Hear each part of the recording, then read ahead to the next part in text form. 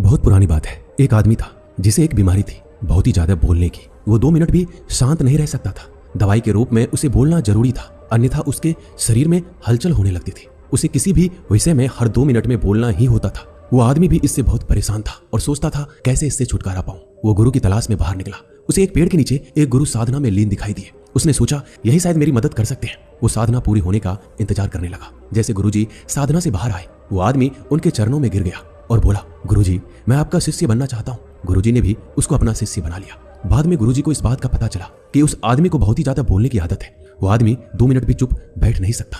वो आदमी हर रोज गुरुजी से एक ही बात पूछता कि गुरुजी इस दुनिया का सबसे बड़ा ज्ञान क्या है। और जब भी गुरुजी से ये सवाल पूछता तो गुरुजी चुप हो जाते, कुछ भी नहीं बोलते, क्योंकि गुरुजी को पता था कि शिष्य को ज्यादा बोलने की आदत है और अभी इसको सबसे बड़े ज्ञान के बारे में बताना व्यर्थ की बात है। इसलिए वह चुप हो जाते थे, कुछ भी नहीं बोलते। वो शिष्य हर रोज एक पास वाले गांव में भिक्षा मांगने जाया करता। वहां से भिक्षा मांगता और वहां से जो कुछ भी मिलता आश्रम में लेकर आता। गुरुजी को इस बात का पता था कि शिष्य को कुछ ज्यादा बोलने की आदत है, इसलिए गुरुजी उस शिष्य का ख्याल रखते, ध्यान रखते कि कहीं मुसीबत में ना फंस जाए।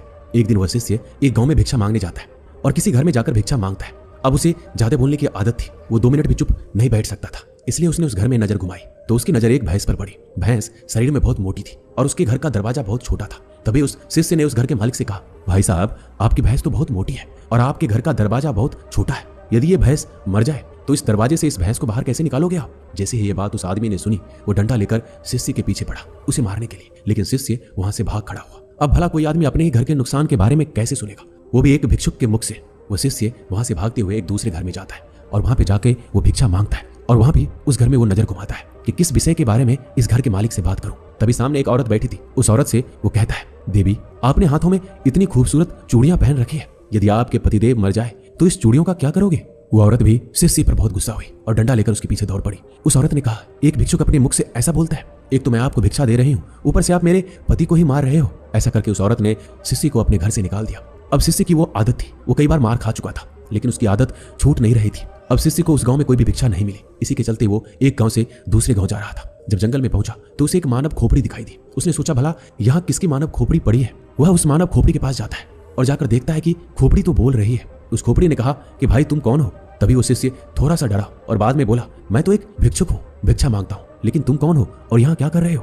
तभी उस खोपड़ी ने कहा, मैं एक शिकारी हूँ और ज्यादा बोलने के कारण मैं यहाँ पहुंच गया। तभी शिष्य ने सोचा कि भला खोपड़ी कैसे बोल सकती है, ये तो सिर्फ एक हड्डियों का ढांचा है, ये कैसे बोल सकता है? और ये बात यदि मैं राजा को बताऊंगा तो राजा जरूर मुझे इनाम देगा। इसी के चलते वो शिष्य दौड़ता दौड़ता राजा के दरबार में पहुंचा और राजा को जाकर अपनी सारी बात बताई।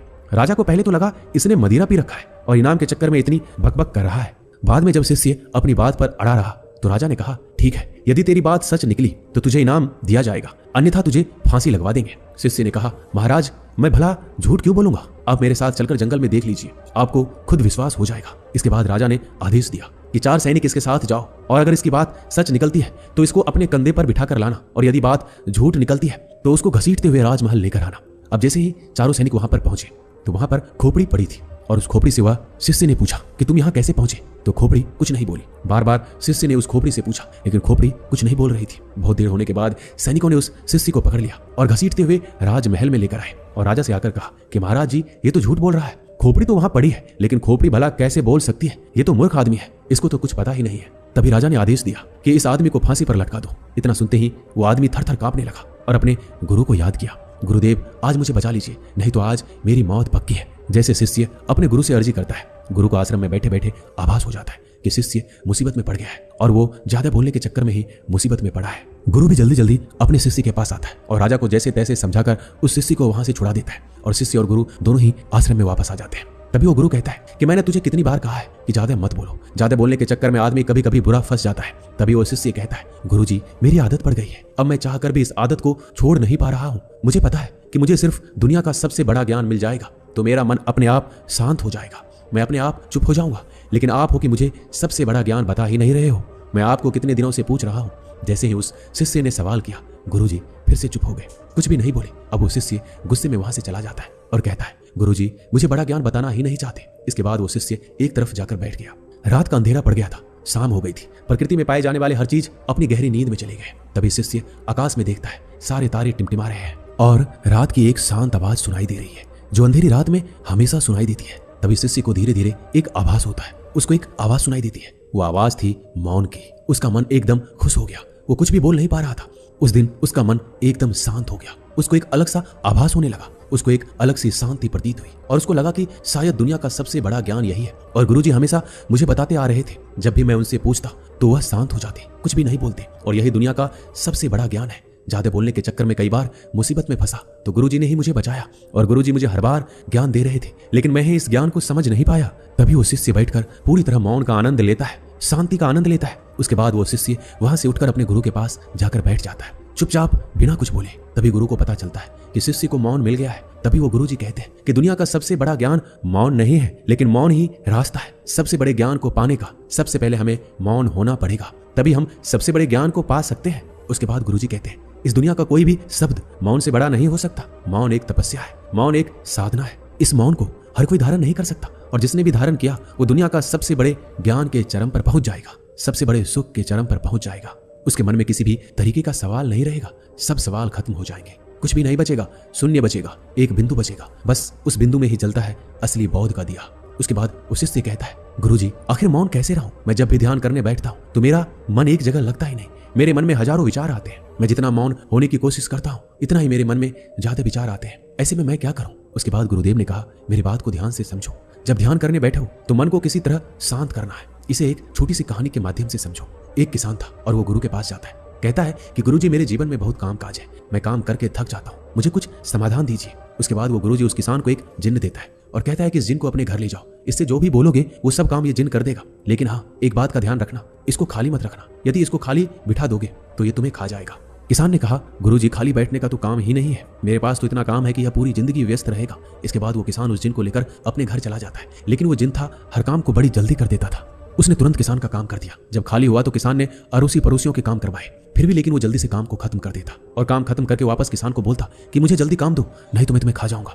अब किसान इस चीज से परेशान होने लगा। वो वापस उस जिन्न को गुरुजी के पास लेकर गया और कहा, गुरुजी अब इसका समाधान दीजिए, ये तो बड़ा जल्दी काम को कर देता है और मुझे खाने के लिए कहता है। तभी वो गुरुजी उस जिन्न को और किसान को लेकर उस खेत में जाते हैं और उस जिन्न को कहता है कि एक बांस का डंडा लेकर आओ। वो जिन्न एक बांस का डंडा लाता है और गुरुजी उसको खेत में रोप देते हैं। उस डंडे को रोपकर उसके बाद गुरुजी उस जिन्न को कहते हैं, जब भी तुम्हें ये किसान कोई काम के लिए बोले और काम खत्म हो जाए तो इस डंडे पे चढ़ना और उतरना। तुम्हारे पास जब काम ना हो तो ये काम करते रहना।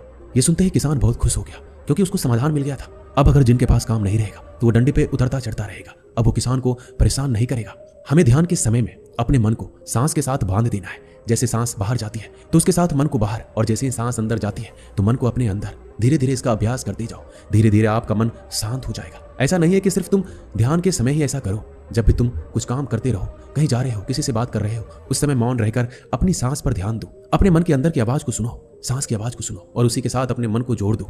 धीरे धीरे आपका मन पूरी तरह शांत हो जाएगा। जब भी कभी बोलना पड़े, किसी को जवाब देना पड़े, पहले याद कर लो कि क्या बोलना है। उसके बाद कम से कम 5 सेकंड रुक जाओ, उसके बाद ही अगले को जवाब दो। इससे तुम्हारा ज्यादा बोलने की आदत भी कम हो जाएगी। और जब तुम्हारे पास बोलने के लिए 2 ही बातें हो, उनमें से एक ही बात बोलो। और जब तुम्हारे पास बोलने के लिए 3 बातें हो तो उसमें से 2 ही बोलो। धीरे धीरे ज्यादा बोलने की आदत चली जाएगी, क्योंकि हमारे मन को शांत करने से पहले चुप तो रहना ही होगा, जुबान को बंद करना ही पड़ेगा। शांति को मुंह से बोलकर या लिखकर नहीं बताया जाता, उसे सिर्फ अनुभव किया जा सकता है। और जब तुम मौन होकर अपने ध्यान में उसको अनुभव करोगे तभी उसकी तुम्हें सही असलियत का पता चलेगा। अब उस शिष्य को मौन का महत्व पता चल चुका था। उसे दुनिया के सबसे बड़े सुख का अनुभव हो चुका था। उसे असली शांति का अनुभव हुआ।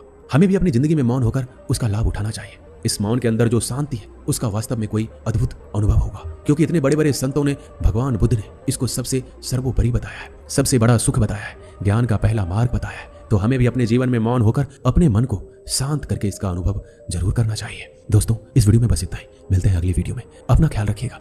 धन्यवाद।